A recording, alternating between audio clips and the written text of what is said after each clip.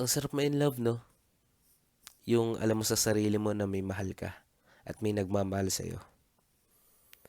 Yung bubungad sa'yo pagising mo, "Good morning, Han. Gising ka na, malilate na tayo. Mag-breakfast ka, ha? Mahal na mahal kita. I love you."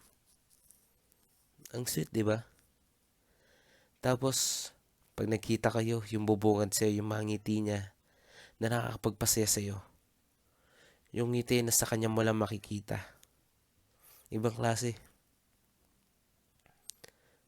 Pati yung kakulitan niya, yung pagiging abnormal niya, na minsan parang tanga na. Pero ayos lang. Mahal mo eh. Kahit anong ka-abnormal lang ang gawin niya, mamahalin at mamahalin mo siya. Yung pagiging hindi niya maarte, na kahit sa tuhog-tuhog lang kayo mag-date, masaya na siya. Yung pagiging matakaw niya, minsan nagtataka kung saan niya ba nilalagay yung mga kinakain niya. Nakakatuwa, di ba? Akala mo ayos na lahat. Akala mo puro saya lang yung darating sa buhay mo.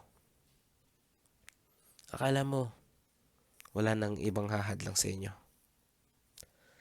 Pero paano kung bigla lang nagbago lahat?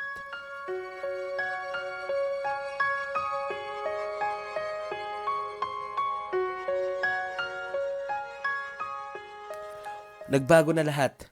Wala na yung mga ngiti na hinahanap mo lagi sa kanya. Wala na yung mga tawa niya na lagi mong naririnig at ang sarap-sarap pakinggan. Wala na yung sweetness niya. Nagiging cold na siya. Laging ang dami niya ng excuses pag may lakad kayo. Bigla na lang may darating sa relasyon niyo at aagawin siya. Bigla na lang isang iglap, may iba na siya. Ngayon sabihin mo sa akin, masarap pa bang ma-in love? Masarap pa ba yung sakit na nararamdaman mo?